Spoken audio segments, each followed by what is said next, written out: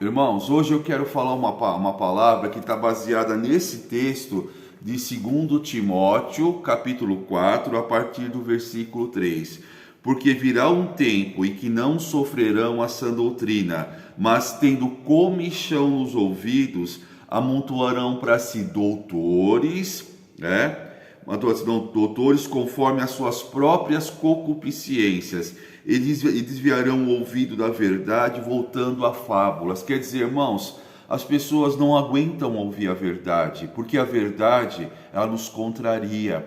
A verdade, ela desmascara aquilo que está escondido. As pessoas não querem ser transformadas, elas querem viver abençoadas da maneira que elas são. Mas o Evangelho, ele veio para transformar o velho homem numa criação. Ninguém que passa por Jesus, irmão, se torna a mesma pessoa, porque ele nos faz nova criatura. A Bíblia diz: necessário vos é nascer de novo da água e do Espírito, se referindo ao batismo nas águas e ao batismo no Espírito Santo. Jesus se batizou com 30 anos e, saindo ele das águas do Jordão, foi batizado com o Espírito Santo e começou a fazer a obra que tinha que fazer, nos ensinando como era o procedimento, entendeu? Nós cremos no Senhor Jesus, nós nos arrependemos dos nossos pecados, somos batizados com o Espírito Santo e já não sou mais que eu era. As coisas velhas, todas elas se foram,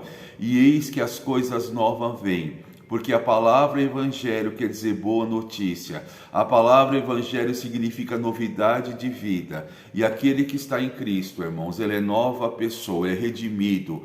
Porque antes ele estava desligado de Deus. Ele andava segundo o costume desta terra, segundo a religião desta terra. E era um homem, irmãos, carnal. Ele estava separado de Deus pela ignorância, pelas religiões e pela tradição. Mas Jesus vindo, irmãos, pagou um preço naquela cruz, por mim e por você, para que hoje eu e você tivéssemos o livre acesso ao coração do Pai.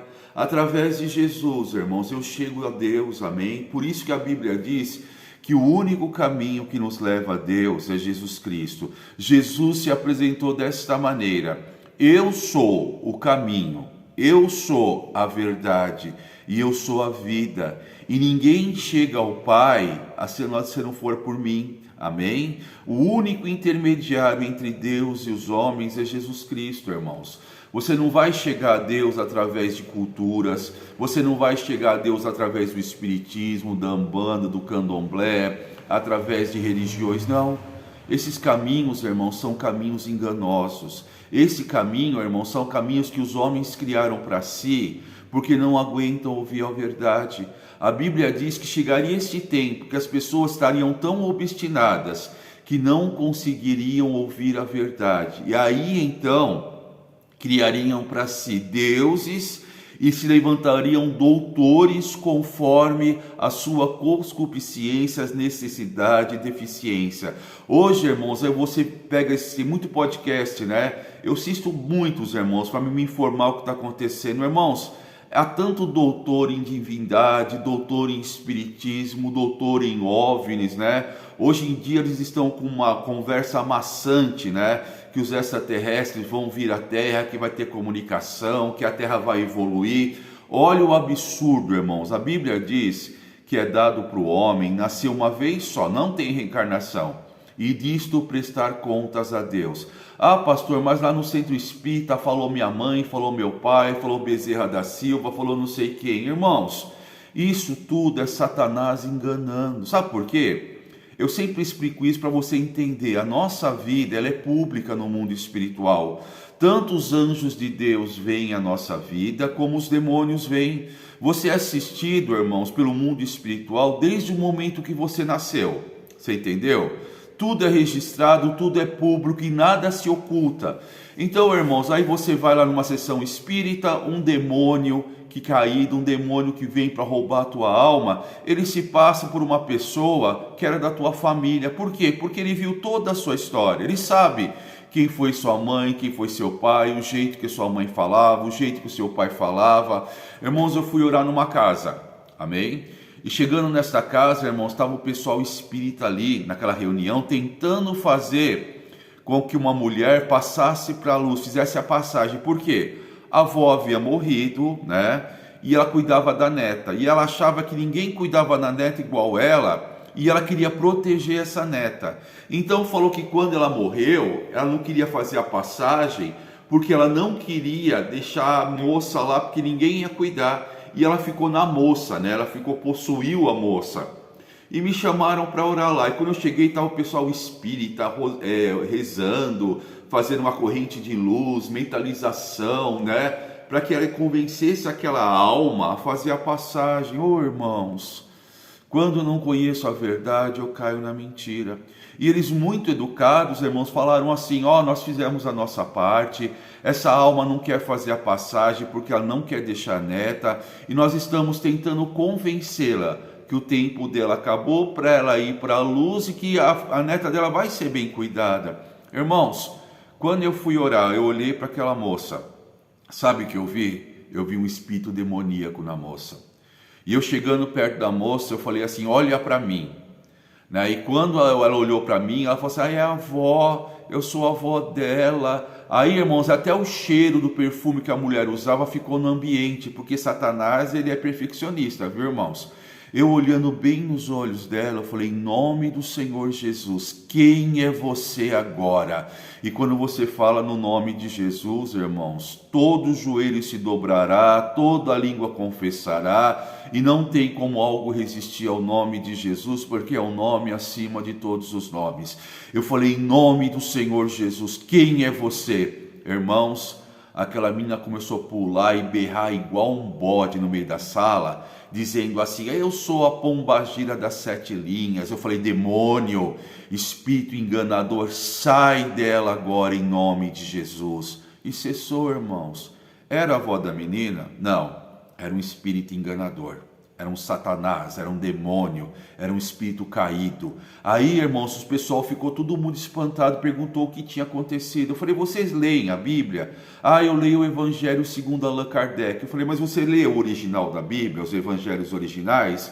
Ele falou: não, eu leio os Salmos, mas realmente eu me baseio no Evangelho segundo Allan Kardec. Isso é um absurdo, irmãos. Allan Kardec, ele transcreveu a verdade na maneira dele, tornando ela uma mentira. Ele contaminou a palavra. E a Bíblia diz assim, lá em Apocalipse: ai daquele que mudar uma vírgula e um tio dessas palavras, as maldições deste livro virão sobre a pessoa. Então, irmãos, não era a avó da menina que estava lá, era um demônio, um espírito caído, enganador. E assim que funciona na Umbanda, no Candomblé, são todos demônios, irmãos, disfarçados. São tão entidades demoníacas que se passam por orixás, por guia, por deuses, por espíritos mortos, entendeu, irmãos? Irmãos, minha mãe morreu e minha mãe era tampa e a panela. Aí, irmãos, olha que absurdo. Chegou uma mulher aqui e falou para mim: eu sei que você é pastor, mas sua mãe quer falar com você. Procura um centro espírita. Eu falei: olha, fala onde que é que eu vou lá e vou chutar na hora que aparecer. Porque até minha mãe falou: se um dia eu morrer e falar que sou eu, você chuta, porque vocês sabem que não são. Os mortos não voltam, irmãos. A Bíblia diz que quando você passa para o outro lado, há um abismo tão grande que não tem como você voltar para este mundo, entendeu? Jesus disse, irmãos, que certo homem morreu, um homem muito rico, muito debochado, um homem que não temia a Deus, um homem que não tinha temor de nada. E morrendo ele, quando ele abriu os olhos ele estava num tormento, numa seca, desesperado, angustiado. E olhando de longe, ele viu um homem que ele conhecia, que foi um homem justo. E aquele homem estava no lugar de paz, e um lugar que tinha água, tinha paz, e de longe ele via. E ele disse: pede para que ele molhe o dedo na água e jogue na minha língua, porque eu estou sedento. Aí foi dito a ele: olha, não fosse você está recebendo o que você colheu na sua vida. E ele falou assim: então deixa eu voltar para falar para os meus familiares, para que não venham para este lugar. Então foi dito a ele: não, uma vez passado para cá, não tem mais como voltar. Então, irmãos, os mortos não falam, eles não vêm para conversar com as pessoas, eles não baixam em sessão espírita. Isso, irmãos, são demônios, isso são espíritos enganadores. Eu vou dar uma pausa para te falar o texto, para estar registrado na Bíblia, tá bom? Só um minuto. Irmãos, eu achei aqui, está em Lucas, capítulo 16, versículo 26. Vamos colocar no versículo 26, né? Além disso, está posto um grande abismo entre nós e vós, de sorte que se os que quisessem passar daqui para vós não poderiam, nem tampouco os que de lá passar para cá. E disse-lhe: rogo-te, pois, ó Pai, que me mandes à casa do meu pai, pois tenho 5 irmãos, para que lhe dê testemunho, a fim de que não venham também para este lugar. E disse-lhe: tem Moisés, os profetas, ouçam. E disse: não, pai, mas se algum dos mortos for ter com eles, arrependeriam. Se algum dos mortos falassem com eles, iriam se arrepender. Porém ele disse: se não ouvem a Moisés e aos profetas, quer dizer, se não dão ouvido à palavra de Deus, tampouco acreditarão que ainda algum dos mortos ressuscite. Então, irmãos, quando a pessoa morre, ela não volta, amém? Ela fica num lugar ali esperando a ressurreição de Cristo, o julgamento final. O que aparece são espíritos enganadores que manipulam o homem. A Bíblia diz, irmãos, que Satanás se transfigura em anjo de luz para que, se possível for, enganar até os escolhidos. E os apóstolos e o próprio Jesus disse: provai os espíritos para ver se são de Deus. Nós temos que provar os espíritos através da palavra de Deus, do conhecimento de Deus, amém? Irmãos, há tanto engano, há tanta mentira bonita, há tanta fábula, como eu li aqui no texto, né?